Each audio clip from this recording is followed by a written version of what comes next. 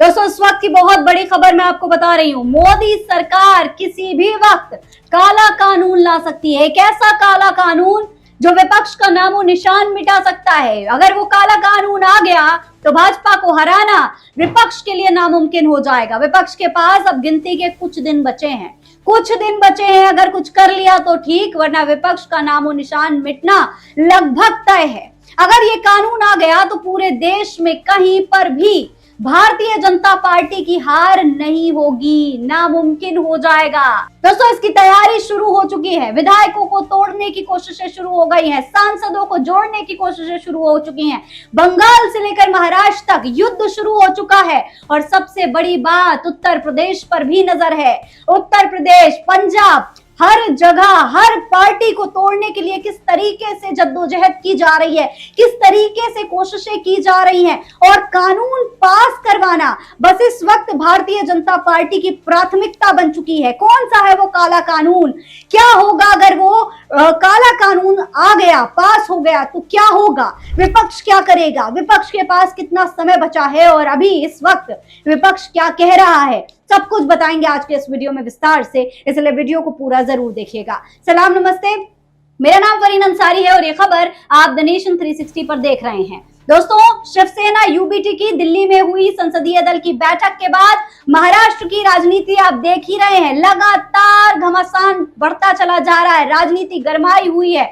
6 सांसद बैठक में पहुंचे ही नहीं। पार्टी ने अपने सभी 9 लोकसभा सांसदों को बैठक में बुलाया था और साफ साफ कहा था कि जो नहीं आया वो गद्दार माना जाएगा। लेकिन उसके बावजूद सिर्फ 3 सांसद पहुंचे हैं, तो सोचिए ये यूबीटी के लिए कितनी बड़ी चिंता की बात है। और जो नहीं पहुंचे साफ तौर पर वो गद्दार हैं। सांसद अरविंद सावंत ने साफ तौर पर कहा है कि जो सांसद बैठक में नहीं आए हैं उनके खिलाफ नोटिस जारी किया जाएगा। वहीं राज्यसभा सांसद संजय राउत ने दावा किया है कि उनके सांसदों को किडनैप कर लिया गया है। राउत ने दो टूक कहा है कि जो बैठक में आएगा वो हमारे साथ है और जो नहीं आएगा वो गद्दार है। यानी कि जो ये 6 लोग नहीं आए हैं वो सीधे सीधे गद्दार माने जा रहे हैं। इधर खबर चल रही है कि 6 बागी सांसदों ने लोकसभा स्पीकर ओम बिरला को शिंदे गुट में विलय के लिए चिट्ठी लिख दी है। वहीं गृह मंत्रालय ने जो है इन 6 सांसदों को Y+ सिक्योरिटी भी दे दी है। जी हाँ, Y+ कैटेगरी की सिक्योरिटी इन्हें दी जा रही है। लगातार बढ़ते इस सियासी संकट ने उद्धव ठाकरे की शिवसेना की मुश्किलें दोस्तों बहुत ज्यादा बढ़ा दी हैं। यानी अब आप सोचिए कि अब लोकसभा में फिलहाल 293 सांसदों के साथ वाली ये जो सत्तारूढ़ एनडीए है, एनडीए गठबंधन है, उसका आंकड़ा बहुत ही जल्द 300 पहुंच सकता है, 300 के पार हो सकता है। वजह यह है कि तृणमूल कांग्रेस के एक बागी सांसद के समर्थन के बाद एनडीए की संख्या बढ़ी है। और वहीं अगर शिवसेना में टूट होती है दोस्तों तो 6 सांसद पाला बदल सकते हैं। इसका सीधा सीधा फायदा एनडीए को मिलेगा, क्योंकि ये सांसद शिंदे गुट का समर्थन करने के लिए तैयार हुए हैं और शिंदे गुट एनडीए का समर्थक है, एनडीए में शामिल है। और वहीं दूसरी तरफ आप देख ही रहे हैं टीएमसी में भी तोड़ हो चुकी है। टीएमसी का एक सांसद तो जा ही चुका है और भी जिन्होंने पार्टी छोड़ी है वो भी भारतीय जनता पार्टी में उनके भी जाने की बातें चल रही हैं। सिर्फ इतना ही नहीं, कुछ लोग दावा कर रहे हैं कि बंगाल के बाद अब उत्तर प्रदेश में भी बहुत बड़ा राजनीतिक उलटफेर हो सकता है। देखिए अमृता पांडे लिखती हैं कि भाजपा के एक वरिष्ठ नेता ने ऑफ कैमरा बहुत बड़ा खुलासा किया है कि जल्द ही समाजवादी पार्टी का हाल भी टीएमसी जैसा होने वाला है। खबर है कि समाजवादी पार्टी के 25 सांसद भाजपा के सीधे संपर्क में हैं। साल 2026 के अंत तक एनडीए लोकसभा में 350 सीटों का आंकड़ा पार करके एक नया कीर्तिमान स्थापित करेगा। उत्तर प्रदेश की राजनीति में ये अब तक का सबसे बड़ा भूचाल होगा। अखिलेश यादव का किला पूरी तरह ढहने की कगार पर है। कहा जा रहा है कि ऐसी टूट की खबरें आम आदमी पार्टी से भी आ रही हैं। आम आदमी पार्टी में भी भारतीय जनता सेंधमारी कर सकती है, टूट कर सकती है, वहां पर भी इसी तरीके की चीजें देखने को मिल सकती है। पंजाब में आम आदमी पार्टी की सरकार है और अब उत्तर प्रदेश हो, पंजाब हो, महाराष्ट्र हो, बंगाल हो, हर तरफ से ऐसी ही खबरें सामने आ रही हैं। अपना एक ऐसा बिल भारतीय जनता पार्टी पास करवाना चाहती है जिसके बाद भाजपा सत्ता से कभी हट ही ना पाए। भारतीय जनता पार्टी पर आरोप है कि जिंदगी भर ताउम्र सत्ता में बने रहने के लिए भाजपा ये काला कानून लाना चाहती है। ये कौन सा काला कानून है, इसके बारे में भी जान लीजिए। जी हाँ, परिसीमन डिलिमिटेशन बिल। कहा जा रहा है कि विपक्षी दलों में लगातार हो रही टूट और बदलते राजनीतिक समीकरण के बीच चर्चा ये है कि एनडीए लोकसभा और राज्यसभा दोनों में अपनी ताकत बढ़ाने की कोशिश कर रही है ताकि भविष्य में परिसीमन बिल को आसानी से पारित किया जा सके। इसी बीच आंध्र प्रदेश के मुख्यमंत्री चंद्रबाबू नायडू ने भी इस मुद्दे पर बहुत बड़ा संकेत दे दिया है। चंद्रबाबू नायडू एनडीए की बैसाखी, मोदी की बैसाखी, उन्होंने भी बहुत बड़ा बयान दे दिया है। नायडू का कहना है कि भाजपा सरकार नए बदलाव के साथ परिसीमन बिल को दोबारा संसद में ला सकती है। उन्होंने ये भी इशारा किया है कि सरकार दक्षिण और उत्तर भारत के राज्यों के बीच संतुलन बनाए रखने की कोशिश करेगी ताकि किसी क्षेत्र को नुकसान होने की भावना ना पैदा हो। यानी कि भाजपा को डिफेंड करने की कोशिश कर रहे हैं, लेकिन कहीं ना कहीं परिसीमन बिल आएगा, ये बात साफ करते हुए दिखाई दे रहे हैं। अब सवाल ये है कि क्या केंद्र सरकार सचमुच नए फॉर्मूले के साथ परिसीमन बिल लाने की तैयारी कर रही है, और अगर ऐसा होता है तो इसका देश की राजनीति और राज्यों की सीटों पर क्या असर पड़ेगा।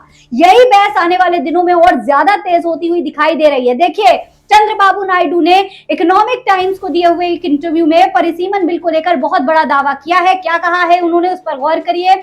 वो कहते हैं, एनडीए सरकार महिला आरक्षण कानून के साथ इस बिल को भी दोबारा संसद में ला सकती है। नायडू के मुताबिक सरकार की मंशा शुरू से ही सभी राज्यों की लोकसभा सीटों में करीब 50% बढ़ोतरी करने की थी, लेकिन बिल के ड्राफ्ट में कुछ बातें साफ तौर पर नहीं लिखी थी। इसी वजह से विपक्ष को सरकार पर सवाल उठाने का मौका मिल गया और ये बड़ा राजनीतिक मुद्दा बन गया। नायडू का ये बयान इसलिए भी अहम है दोस्तों, क्योंकि पहली बार एनडीए के किसी बड़े सहयोगी नेता ने इस तरीके से खुले तौर पर संकेत दिए हैं कि केंद्र सरकार परिसीमन बिल को नए स्वरूप में फिर से संसद में लाने की तैयारी कर रही है। ऐसे में आने वाले समय में इस मुद्दे पर देश की राजनीति और ज्यादा गर्मा सकती है। केंद्र सरकार अप्रैल में संसद का विशेष सत्र बुलाकर संविधान विधेयक 2026 लेकर आ सकती है। ये लगातार सामने आ रहा है। दोस्तों, आपको बता दें, इस बिल में लोकसभा सीटों की संख्या 543 से बढ़ाकर करीब 850 करने और परिसीमन को 2011 की जनगणना से जोड़ने का प्रस्ताव रखा गया है। लेकिन संसद में जरूरी 2/3 बहुमत नहीं मिलने की वजह से ये बिल पास नहीं हो सका। बिल के पक्ष में 298 और विरोध में 230 वोट पड़े थे, यानी सरकार 54 वोट से पीछे रह गई थी। अब खबर यह है कि सरकार नए फॉर्मूले के साथ इस बिल को फिर से लेकर आएगी। शुरुआती चर्चा के मुताबिक सभी राज्यों में लोकसभा और विधानसभा सीटों की संख्या लगभग 5% तक बढ़ाई जा सकती है। अगर ऐसा होता है दोस्तों, तो लोकसभा की कुल सीटें 543 से बढ़कर करीब 850 तक पहुंच जाएंगी बहुत ही आराम से। साथ ही महिला आरक्षण बिल को भी पास करवा दिया जाएगा। उधर दोस्तों, ये बात सामने आने के बाद लगभग ये भी क्लियर हो चुका है कि ये जो टूट फूट चल रही है, जो नेताओं को तोड़ा जा रहा है, चाहे आम आदमी पार्टी हो, चाहे कांग्रेस हो, चाहे टीएमसी हो, और चाहे अब सपा को लेकर चर्चाएं तेज हो, चाहे शिवसेना यूबीटी हो, सबको तोड़ने की वजह सिर्फ और सिर्फ ये परिसीमन बिल ही है दोस्तों। उधर कांग्रेस सांसद शशि थरूर ने इस पूरे मुद्दे पर अपनी रिएक्शन दिया है। उन्होंने आंध्र प्रदेश के मुख्यमंत्री चंद्रबाबू नायडू के बयान पर सवाल उठाते हुए एक आसान उदाहरण दिया है। थरूर ने कहा है कि मान लीजिए आपकी तनख्वाह 2 लाख रुपए है और आपके ड्राइवर की तनख्वाह 20,000 रुपए है। अगर दोनों की सैलरी में 50% की बढ़ोतरी कर दी जाए तो आपकी सैलरी 3 लाख और ड्राइवर की 30,000 रुपए हो जाएगी। बढ़ोतरी प्रतिशत के हिसाब से बराबर होती है, लेकिन दोनों के बीच का अंतर पहले से ज्यादा हो जाएगा। थरूर का कहना है कि परिसीमन में भी यही स्थिति बन सकती है। भले ही सभी राज्यों की सीटें आसान अनुपात में बढ़ाई जाएं, लेकिन ज्यादा आबादी वाले राज्यों का राजनीतिक प्रभाव और ताकत पहले से ज्यादा बढ़ सकती है। यही वजह है कि इस मुद्दे पर दक्षिण और उत्तर भारत के कई राज्यों के बीच बहस लगातार तेज हो चुकी है। यानी साफ तौर पर उत्तर भारत को तो पूरा महत्व मिलेगा चुनावों में, लेकिन दक्षिण भारत जो है पूरी तरीके से नजरअंदाज वाली स्थिति में आ जाएगा, उसको नजरअंदाज कर दिया जाएगा। अब इस पूरे मामले पर पूर्णिया के सांसद पप्पू यादव का भी बयान सामने आया है। उनका कहना है कि जब तक जिंदा रहेंगे परिसीमन बिल पास नहीं होने देंगे। यानी विपक्ष साफ तौर पर परिसीमन बिल का विरोध कर रहा है, लेकिन भारतीय जनता पार्टी हर तरीके से कोशिश कर रही है कि परिसीमन बिल को किसी भी तरह से पास करवाया जा सके। अब आगे क्या कुछ होगा, क्या ये बिल पास हो पाएगा या नहीं, ये देखना बेहद दिलचस्प है। फिलहाल इस खबर में इतना ही। जय हिंद, जय भारत।